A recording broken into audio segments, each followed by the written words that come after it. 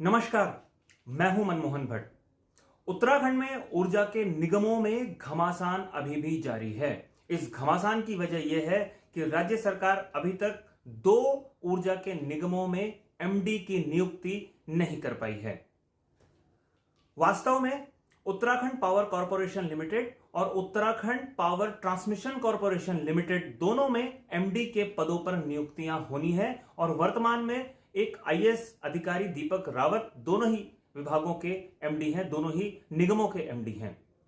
राज्य सरकार के अब तक एमडी नियुक्त ना करने के कारण निगमों में असमंजस की स्थिति है और निगमों के भीतर एक माहौल इस तरीके से खड़ा होता जा रहा है कि कहीं निगम किसी नॉन टेक्निकल आदमी या नॉन टेक्निकल अधिकारी के हाथ में न चला जाए।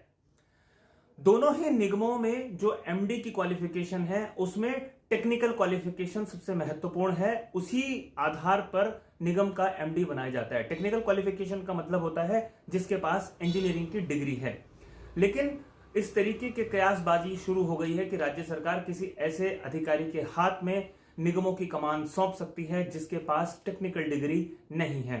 निगमों के अधिकारी या खास तौर पर इंजीनियरिंग के वर्ग को जब इस बात की जानकारी मिली तो मुख्यमंत्री दरबार तक यह मामला पहुंचाया गया और इस पर कड़ी आपत्ति जताई गई कि नॉन टेक्निकल आदमी के हाथ में निगम की कमान क्यों सौंपी जा रही है। हालांकि राज्य सरकार ने अभी इस पर कोई फैसला नहीं लिया है, लेकिन इस तरीके के कयासबाजी लगातार चल रही है। वास्तव में उत्तराखंड में निगमों की हालत बहुत खराब है। कुछ गिने चुने ही निगम हैं जो सरकार को डिविडेंड देते हैं। डिविडेंड का मतलब इस तरीके से समझा जा सकता है कि जो फायदे में रहते हैं और सरकार को लाभांश देते हैं, लाभ का कुछ हिस्सा सरकार को देते हैं।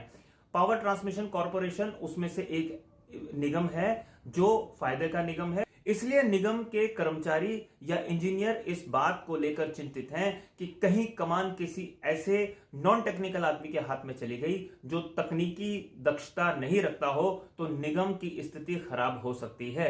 इसीलिए इन अधिकारियों ने, इन इंजीनियरों ने मिलकर एक मोर्चा संभाला है और मंत्री से लेकर मुख्यमंत्री दरबार तक अपनी उपस्थिति, अपना विरोध दर्ज करा दिया है।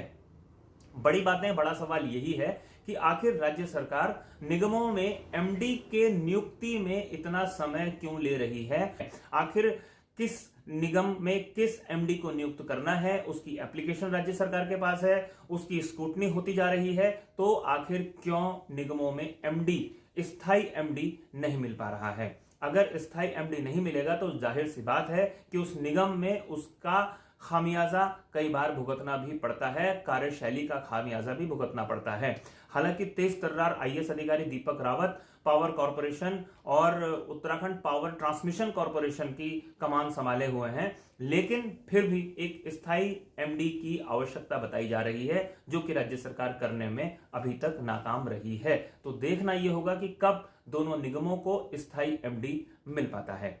इस रिपोर्ट में फिलहाल इतना ही। अगली रिपोर्ट में आपसे एक बार फिर मुलाकात होगी। तब तक के लिए नमस्कार।